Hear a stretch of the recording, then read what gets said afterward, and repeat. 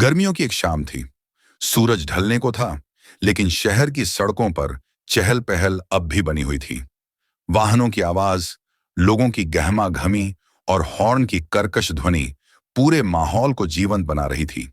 इसी भीड़भाड़ के बीच एक साधारण कपड़ों में व्यक्ति ऑटो रिक्शा में बैठा कहीं जा रहा था। उसकी आंखों में गहरी सोच थी, मानो वह किसी गंभीर विचार में डूबा हो। ऑटो धीरे धीरे एक बड़े चौराहे पर आकर रुका। तभी एक मोटे शरीर वाला पुलिस दरोगा वहां आया। उसकी मूंछें तनी हुई थीं और चेहरे पर रौब झलक रहा था। उसने अपनी मोटी आवाज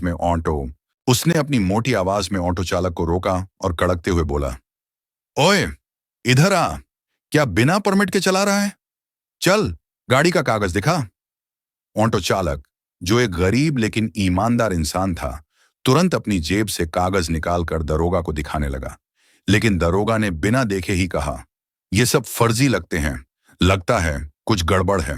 चल, 100-200 निकाल, नहीं तो गाड़ी जब्त कर लूंगा। ऑटो वाला घबरा गया। उसने गिड़गिड़ाते हुए कहा, साहब, मेरी कोई गलती नहीं है। मेरे पास सारे कागजात सही हैं। कृपया मुझे छोड़ दीजिए। लेकिन दरोगा पर इसका कोई असर नहीं हुआ। उसने और सख्ती दिखाते हुए कहा, ज्यादा कानून मत सिखा, जल्दी कर, नहीं तो थाने में बैठाकर जूते गिनवाऊंगा। ऑटो चालक की आंखों में आंसू आ गए। वह अपनी मेहनत की कमाई से घर चलाता था। इतने में ऑटो में बैठे उस साधारण व्यक्ति ने धीरे से दरोगा को गौर से देखा। तुम्हारा नाम क्या है? उसने शांति से पूछा। दरोगा चौंका।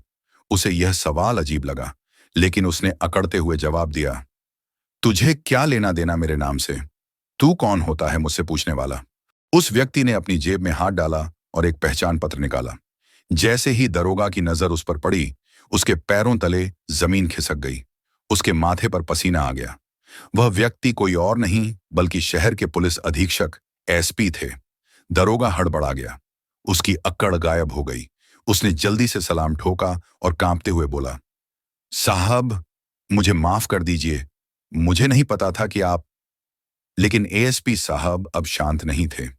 उनका चेहरा कठोर हो गया। उन्होंने गहरी आवाज में कहा, तुम्हें आम आदमी से पैसे वसूलते हुए जरा भी शर्म नहीं आई? ये तुम्हारी ड्यूटी है या गुंडागर्दी? ईमानदारी से काम करने के लिए भर्ती किया था या लोगों को लूटने के लिए? दरोगा की गर्दन झुक गई। आसपास खड़े लोग ये नजारा देख रहे थे। भीड़ में से कोई फुसफुसाया, आज इस बेईमान पुलिस वाले की असलियत सामने आ गई। एएसपी साहब ने दरोगा की ओर घूरते हुए कहा, अभी अपने वरिष्ठ अधिकारी को फोन कर और बता कि तुझे तुरंत निलंबित किया जा रहा है। दरोगा के चेहरे का रंग उड़ गया। उसने कांपते हाथों से फोन निकाला और अपने उच्च अधिकारी को सारी बात बताई। कुछ ही मिनटों में 2 पुलिसकर्मी आए और दरोगा को पकड़कर ले गए। ऑटो चालक ने राहत की सांस ली। उसकी आंखों में आंसू थे, लेकिन इस बार वे खुशी के थे। उसने हाथ जोड़कर एसपी साहब का धन्यवाद किया। एसपी साहब मुस्कुराए और बोले, जब तक हम अपने अधिकार का सही इस्तेमाल नहीं करेंगे, तब तक ऐसे लोग गरीबों को दबाते रहेंगे। न्याय हर किसी का हक है। बाद एसपी साहब फिर से अपने ऑटो में बैठे और अपने गंतव्य की ओर निकल। दरोगा को पुलिसकर्मी पकड़कर ले जा चुके थे, लेकिन चौराहे पर खड़े लोगों की आंखों में अब भी आश्चर्य और खुशी का मिलाजुला भाव था। एसपी साहब ने जो किया था, वह आम जनता के लिए किसी सपने जैसा था।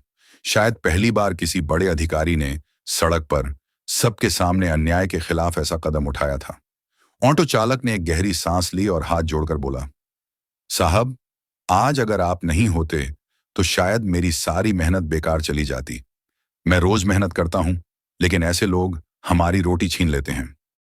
एसपी साहब ने मुस्कुराकर कहा, तुम्हारी मेहनत की कमाई कोई तुमसे नहीं छीन सकता, जब तक तुम अपने अधिकार जानते हो। लेकिन याद रखना, कभी किसी गलत काम का हिस्सा मत बनना, चाहे हालात कैसे भी हों। इतना कहकर उन्होंने ऑटो से उतरते हुए जेब से कुछ रुपये निकालने चाहे, लेकिन ऑटो चालक ने तुरंत मना कर दिया। साहब, आज आपने मेरी इज्जत बचा ली। ये मेरी ड्यूटी है कि मैं आपको सही सलामत आपके गंतव्य तक पहुंचाऊं। एसपी साहब मुस्कुराए और सिर हिलाकर उसकी ईमानदारी को। लेकिन यह घटना यहीं खत्म नहीं हुई। जब एसपी साहब अपने ऑफिस पहुंचे तो उन्होंने तुरंत एक आदेश जारी किया, शहर के हर पुलिस थाने में भ्रष्टाचार की जांच होगी। हर उस पुलिस वाले की निगरानी की जाएगी जो जनता से अवैध वसूली करता है। इस आदेश से पूरे पुलिस विभाग में हड़कंप मच गया। कई पुलिसकर्मी जो सालों से रिश्वतखोरी में लिप्त थे, अब डरने लगे। अगले ही दिन से शहर में एक विशेष निगरानी टीम बनाई गई, जो अलग अलग चौराहों और थानों का औचक निरीक्षण करने लगी। एक हफ्ते के भीतर कई पुलिसकर्मियों को निलंबित कर दिया गया और कुछ पर विभागीय जांच बैठा दी गई। शहर की जनता ने यह बदलाव महसूस किया। अब चौराहों पर पुलिस की सख्ती तो थी, लेकिन रिश्वतखोरी नहीं। अब गरीब ऑटो चालकों, छोटे व्यापारियों और आम नागरिकों को बिना वजह परेशान नहीं किया जा रहा था। दरोगा का पश्चाताप, जिस दरोगा को एसपी साहब ने रंगे हाथों पकड़ा था, वह इस समय पुलिस हिरासत में था। उसे खुद पर शर्म आ रही थी।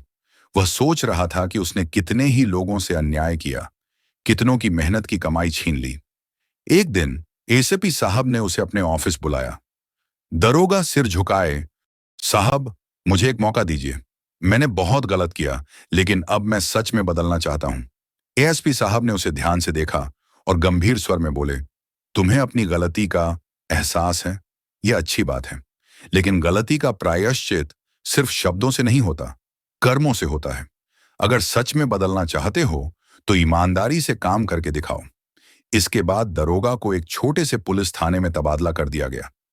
वहां उसकी हर हरकत पर नजर रखी जाने लगी। शुरू में लोग उस पर भरोसा नहीं कर रहे थे, लेकिन धीरे धीरे उसने अपनी ईमानदार। इस एक घटना के बाद पूरे शहर में पुलिस की छवि बदलने लगी। लोग अब बेवजह पुलिस को दोषी नहीं मानते थे, बल्कि अच्छे पुलिस वालों की तारीफ करने लगे। कुछ महीनों बाद वही ऑटो चालक जिसने एएसपी साहब को अपने ऑटो में बिठाया था, उनके ऑफिस पहुंचा। साहब, अब हमें डर नहीं लगता। अब पुलिस वालों से नफरत नहीं होती, क्योंकि हमें पता है कि कोई ना कोई हमारी रक्षा करने के लिए है। एसपी साहब ने संतोष की सांस ली। उन्हें पता था कि यह लड़ाई अभी खत्म नहीं हुई, लेकिन यह बदलाव एक अच्छी शुरुआत थी। शहर में पुलिस विभाग में बदलाव की हवा चल पड़ी थी।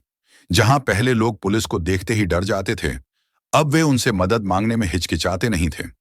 एसपी साहब के नेतृत्व में भ्रष्टाचार के खिलाफ जो अभियान शुरू हुआ था, वह धीरे धीरे रंग ला रहा था। लेकिन यह बदलाव हर किसी को रास नहीं आ रहा था।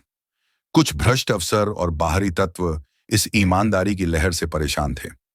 वे किसी भी कीमत पर इस सुधार को रोकना चाहते थे। साजिश की शुरुआत एक दिन देर रात एसपी साहब अपने दफ्तर में बैठे थे। तभी उनके सचिव ने आकर बताया। एक दिन देर रात एसपी साहब अपने दफ्तर में बैठे थे। तभी उनके सचिव ने आकर बताया, साहब, आपको यह देखना चाहिए। उन्होंने एक फाइल उनके सामने रख दी। यह फाइल हाल ही में भ्रष्टाचार के मामलों पर हुई कार्रवाई की रिपोर्ट थी। यह तो अच्छी बात है, इसमें नया क्या है? एसपी साहब ने पूछा। साहब, ये देखिए, इस सूची में कुछ नाम ऐसे हैं जो रसूखदार नेताओं और अपराधियों से जुड़े हुए हैं। पिछले हफ्ते हमने जिन पुलिस वालों को निलंबित किया था, उनमें से कुछ इन्हीं लोगों के इशारे पर काम करते थे। सचिव ने गंभीर स्वर में कहा। अगले ही दिन एसपी साहब को एक अज्ञात नंबर से फोन आया। बहुत ईमानदारी दिखा रहे हो साहब, ज्यादा हाथ पैर मत मारो, नहीं तो बुरा अंजाम होगा। एसपी साहब मुस्कुराए।